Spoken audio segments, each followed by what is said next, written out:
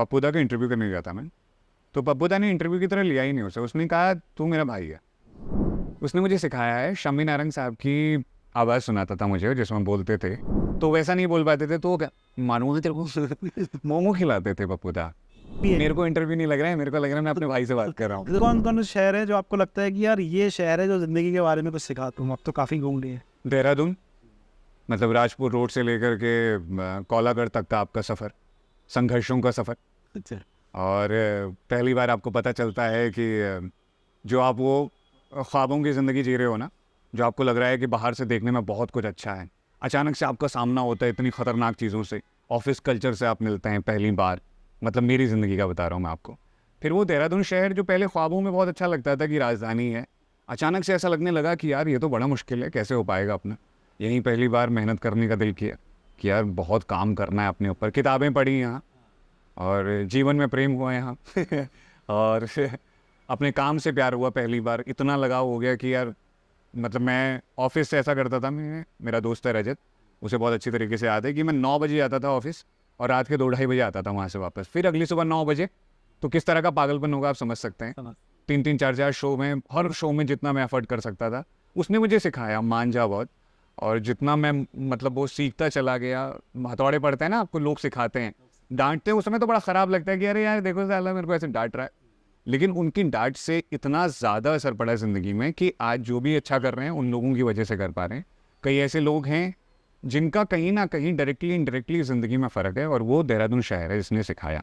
तो मतलब यहाँ का हर एक हिस्सा, गुच्चू पानी से लेकर के जब चिल करना है आपको, यहाँ का आप गांधी पार्क ले लीजिए, हम वीडियोस बनाया करते थे वहाँ, तब डिजिटल इतना नहीं आया था।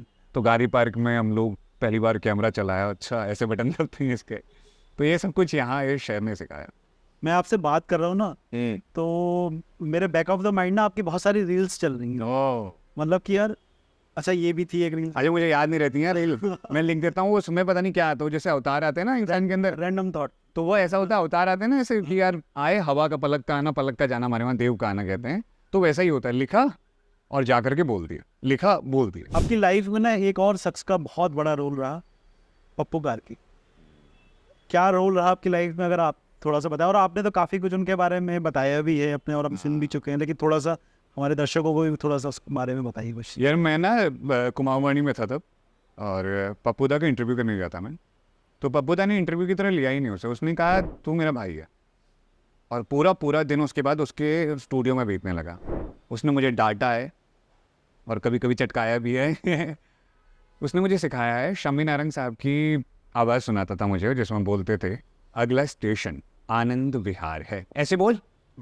अब हमारा ना टोनल क्वालिटी जो था वो उतना अच्छा नहीं था, तो वैसा नहीं बोल पाते थे, तो क्या मानूंगा तेरे को मोमो खिलाते थे पप्पू दा।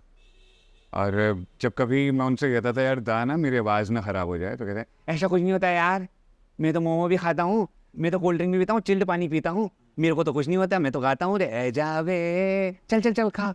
तो मेरे को मोमो खिलाया करते थे पप्पू दा। जब भी मैं कोई कहानी बनाता था मैं पप्पू दा को भेजता था, बाकी कोई अप्रिशिएट करे ना करे, वो कहता मेरे को अच्छी लगी यार, बस इसमें ना ये कमी है, इसको सुधार लें। तो मतलब मेरे को लगता है कि जब तक अब पप्पू दा रहा, उसने मेरे जीवन में मुझे बहुत कुछ सिखाया।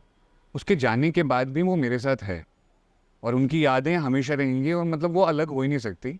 मैं आज जीवन में जो कर रहा हूँ, जैसा कर रहा हूँ, उसका रास्ता दिखाने वाला, कहते हैं ना मुच्छा हुआ दिखाने वाला होता है वो, तब आप पहाड़ चल पाते हैं। तो मुझे वो सिखाने वाला दा था यार, वो आज नहीं है ऐसा दुनिया मानती है, लेकिन मुझे लगता है वो हमेशा है।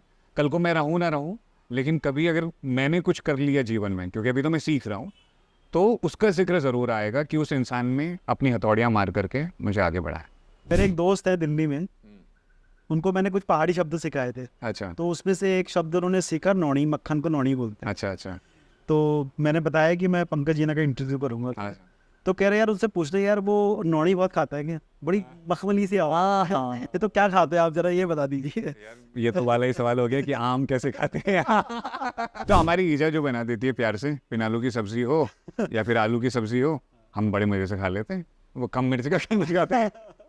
बाकी गोलजू की कृपा है, उनका बड़ा आशीर्वाद है सर पे।